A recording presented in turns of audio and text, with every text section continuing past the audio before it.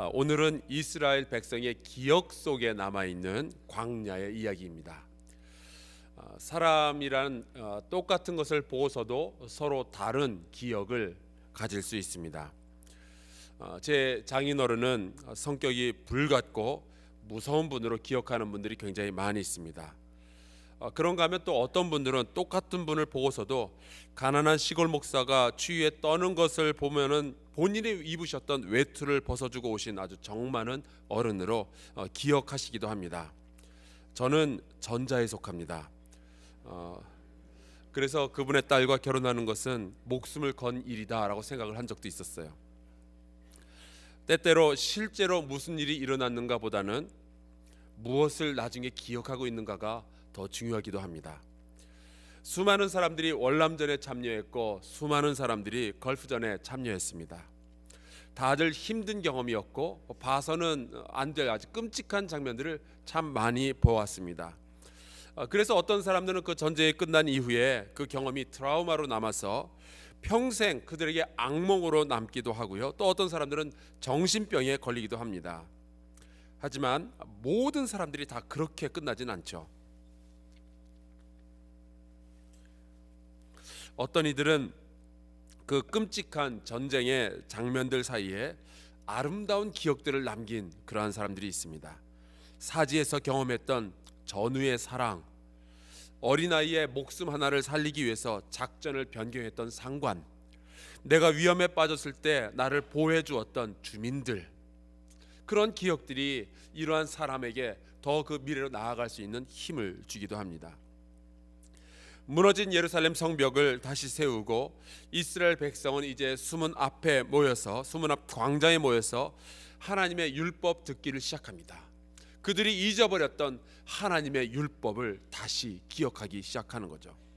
그때 그들이 모여서 함께 또 했던 일 중에 하나가 이스라엘의 출애굽 이후에 광야에서 있었던 일들을 다시 복기해내는 겁니다. 어떠한 일이 있었는가? 당연히 그들이 기억한 광야는 고통스러운 곳이었습니다. 굶주림이 있었고 목마름이 있었습니다. 아마도 지금 이스라엘 백성들이 자기네가 포로의 생활에서 돌아와서 예루살렘을 건축하는 그 모든 과정이 너무나도 흡사했다라고 생각을 했을 것입니다. 그런데 이 이스라엘 사람들이 기억한 광야의 고통 가운데는 하나님에게 대한 아름다운 추억도 남아 있었습니다. 바로 하나님께서 굶주림과 목마름의 문제를 해결해 주셔서 이 이스라엘 백성의 이 문제를 목숨을 부지할 수 있도록 도와주셨다라는 겁니다. 이렇게 하나님에 대한 기억을 하면은 마음이 따뜻해지는데 이스라엘을 생각하면은 그렇지를 못했습니다. 하나님의 도움을 그렇게 받았음에도 불구하고 이스라엘 백성은 아주 교만해져서 하나님의 명령을 듣지 아니하며 오히려 거역했습니다. 그리고 그들은 하나님께서 광야에서 이스라엘 백성을 위해서 행하신 그런 일들을 기억하지 아니하였다라고 이야기를 하고 있죠. 심지어 이스라엘 백성들은 한 우두머리를 세우고 광야에서 다시 애굽으로 돌아가자라는 시도도 했습니다. 우발적으로 욱하는 마음에 그런 게 아니라 아주 치밀하게 조직적으로 하나님을 거역했다라는 뜻입니다. 그런데 지금에 와서 이스라엘 백성이 기억하는 하나님은 그저 죄 지은 이스라엘을 그냥 멸망으로 끝내버리는 그런 하나님이 아니었습니다. 17절 중반에 이스라엘 백성은 이렇게 기억하고 있어요. 주께서는 용서하시는 하나님이시라. 은혜로우시며 긍휼히 여기시며 더디 노하시며 인자가 풍부하심으로 그들을 버리지 아니하셨나이다. 얼마나 고마운 하나님인지 모르겠어요. 그런데 이스라엘은 이번에는 또 황금 송아지를 만들고 그게 이스라엘을 애굽에서 나오게 한 하나님이라 그러면서 하나님을 모독까지 합니다. 여러분 한번 생각을 해보세요. 이게 얼마나 모독스러운 일인지. 여러분 중에 집에 강아지 기르는 분들 계시죠? 분명히 그 강아지에게 어울리는 이름들이 있을 거예요. 쫑, 해피, 누렁이, 그런 이름들이 있잖아요.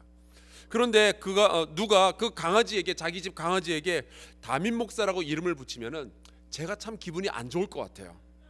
집에서 그럴 거 아니겠어요? 야, 담임 목사야, 밥 많이 먹어라. 그런 식으로. 담임 목사, 이놈의 시키. 아니 강아지를 보고 담임 목사 이리 와, 그건 제가 만약에 그것을 알게 되면은 굉장히 기분 나쁠 겁니다. 모독이죠.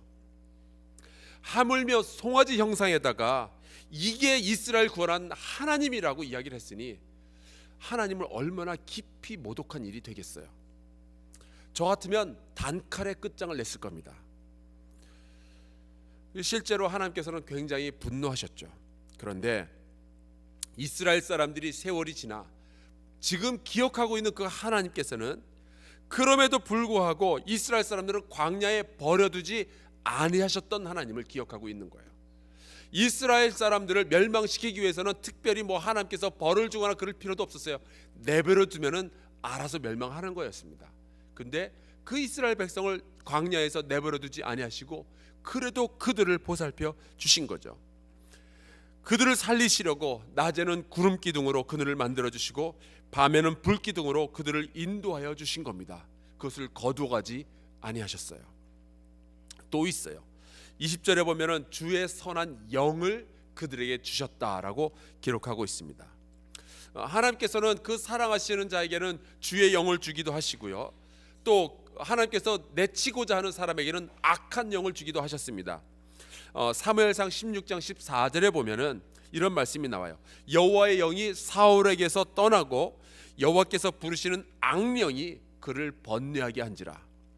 주로 이제 악령이라는 것은 하나님을 배신한 사람, 하나님을 떠난 사람에게 하나님께서 나도 너를 떠난다라는 그 표시로서 주는 것이 악령입니다. 그런데 하나님은요, 이스라엘이 그렇게 하나님을 배반하고 그리고 모독까지 했는데 하나님은 그들에게 악령이 아니라 선한 영을 주셔서 그들을 가르치신 거예요. 더 나아가서 그렇게 가르치시는 지식만 주신 것이 아니라 만나를 먹이시고 물을 주시고 40년 동안 옷이 헤어지지 않았고 발이 부르트지 않았고 결국 가나안 땅까지 전부 주셨다는 거죠. 참으로 지독하게 못된 이스라엘이지만 그보다 더 지독한 사랑으로 하나님께서는 이스라엘을 돌보아 주셨습니다. 원래 선한 영 할 때 이 영은 히브리어로 루아하라는 그런 단어입니다. 입김, 콧김, 호흡 그런 의미를 가지고 있어요.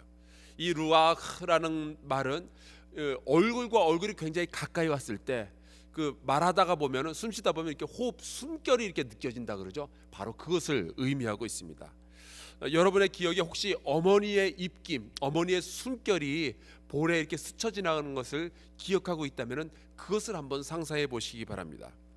우리가 정말 크게 잘못했는데 어머니가 나를 끌어안고 그렇게 하는 거 아니야 그러면서 따뜻한 의도와 사랑을 가지고 가르치시는 그런 입김 말이죠. 숨결. 선한 영이라는 것은 하나님께서 광야에 있는 이 이스라엘 백성, 광야에서 죄를 저지르고 하나님을 모독하는 그 이스라엘 백성을 부둥켜 안고 따뜻한 숨결이 그들의 곁에 스쳐 지나가는 정도로 그들을 품에 안으시고 그들을 가르치시고 말씀하셨다라는 그러한 뜻이죠.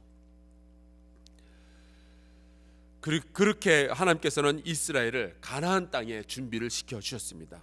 실제로 일어났던 일이고, 그래서 이스라엘 백성은 그 모든 광야에서의 고통 그리고 배신 그리고 하나님을 모독하는 그런 모든 일에도 불구하고 그들은 가나안 땅을 차지하게 되었습니다. 그 가나안 땅을 결국에 수백 년이 흘러서 다 잃어버리고 바빌론과 페르시아의 속국이라는 두 번째 광야의 시기를 건너고 있을 때 이스라엘 백성은 그 옛날 사랑의 하나님을 다시 기억해내기 시작한 거예요. 용서하시는 하나님, 사랑하시는 하나님, 돌보시는 하나님, 그 하나님이 그들의 유일한 희망이었다라는 사실을 다시 한번 기억을 한 것입니다. 여러분이나 저나 우리가 광야에 살아가고 있을 때 가장 피곤하고 가장 낙담될 때 그 하나님을 기억할 수 있기를 주의 이름으로 축원합니다. 반드시 기억해내야만 합니다.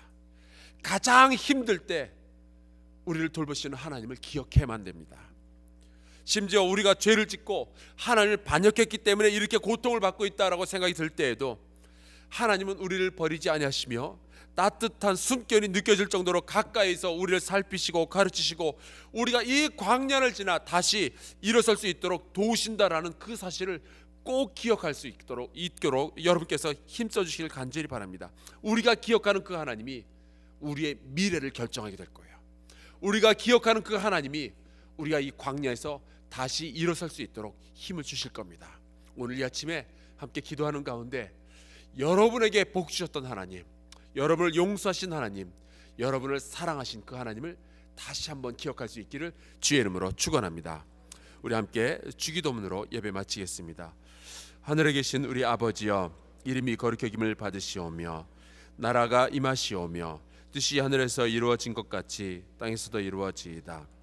오늘 우리에게 일용할 양식을 주시옵고 우리가 우리에게 죄 지은 자를 사하여 준 것 같이 우리 죄를 사하여 주시옵고 우리를 시험에 들게 하지 마시옵고 다만 악에서 구하시옵소서.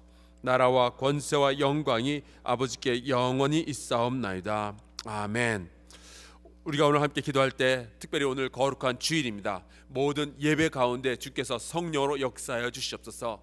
우리를 위해서 생명을 주신 예수 그리스도를 우리가 기억할 수 있도록 허락하여 주시고, 우리가 잘못했을 때에도 우리를 품에 안아주셨던 그 하나님을 꼭 기억할 수 있도록 허락하여 주사, 하나님 이 광야의 삶에서 우리가 일어날 수 있도록 허락하여 주시고, 주께서 우리에게 계획하여 주셨던 승리를 우리가 차지할 수 있도록 도와주시옵소서. 하나님을 기억하게 해 주시옵소서. 주여 크게 외치고 통성으로 기도하며 나갑시다.